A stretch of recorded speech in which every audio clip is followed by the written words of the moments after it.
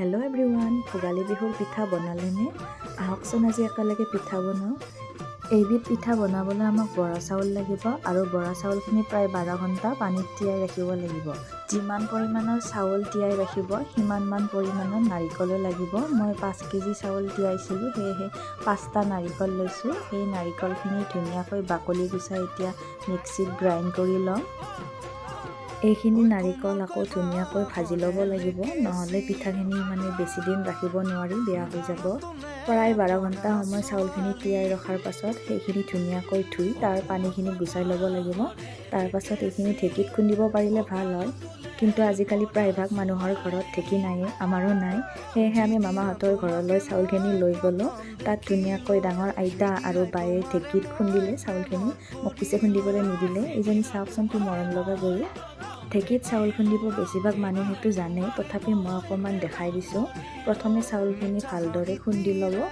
খুন্দা যোৱা চাউলৰ গুড়িখিনি ধুনীয়াকৈ চালনীৰে এনেদৰে চালি ল'ব। তাৰপাছত ওপৰত ৰৈ যোৱাখিনি আকৌ ঢেঁকীত দি দিব।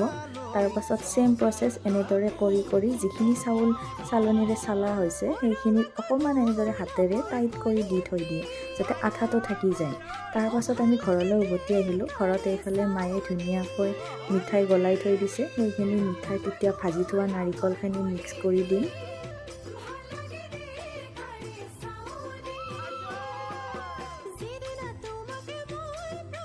এনেদৰে ছেম প্ৰচেছত মিক্স কৰি ল'ব লাগিব। বেছি পনীয়াও হ'ব নালাগে, বেছি কঠিনো হ'ব নালাগে। আৰু এই গুড়াত এই 4ডাল কিয় দিয়ে জানেনে বাৰু? মই কিন্তু নাজানো। তাৰপাছত প্ৰথম পিঠাখন মিছা নকওঁ ভাঙি থাকিলে, সেয়েহে সেইখন আৰু কমপ্লিটকৈ মই নেদেখালোঁ। এখন প্ৰথমে ভাঙে সকলোৱে কয়, মোৰতো সদায় ভাঙে বাৰু। তাৰপাছত নেক্সট কিন্তু আৰু ভঙা নাই। নেক্সটখন মই দেখাই দিছোঁ ষ্টেপ বাই ষ্টেপ কেনেকৈ কৰিব লাগে। মই জনাত এইটো পিঠা মানুহে 2টা ষ্টাইলতে বনায়। এটা হৈছে এইটো ষ্টাইল, আন এটা হৈছে নামটো ঠিক নাজানো, তথাপিতো কিছুমানে কয় জোন ষ্টাইলত। এই জোন ষ্টাইলটো আগতে গাঁৱত বিশেষভাৱে প্ৰচলিত আছিল যদিও এতিয়া কিন্তু বেছিভাগ মানুহৰ ঘৰত সেই গোল পিঠাটোৱে বনোৱা হয়। আৰু এটা কথা ধৰিব পাৰিছেনে, যিখিনি মোৰ ডেইলি ভিউৱাৰ্ছ তেওঁলোকে জানিছে যে মোৰ আজি মাতটো অকণমান বেলেগ হৈ আছে।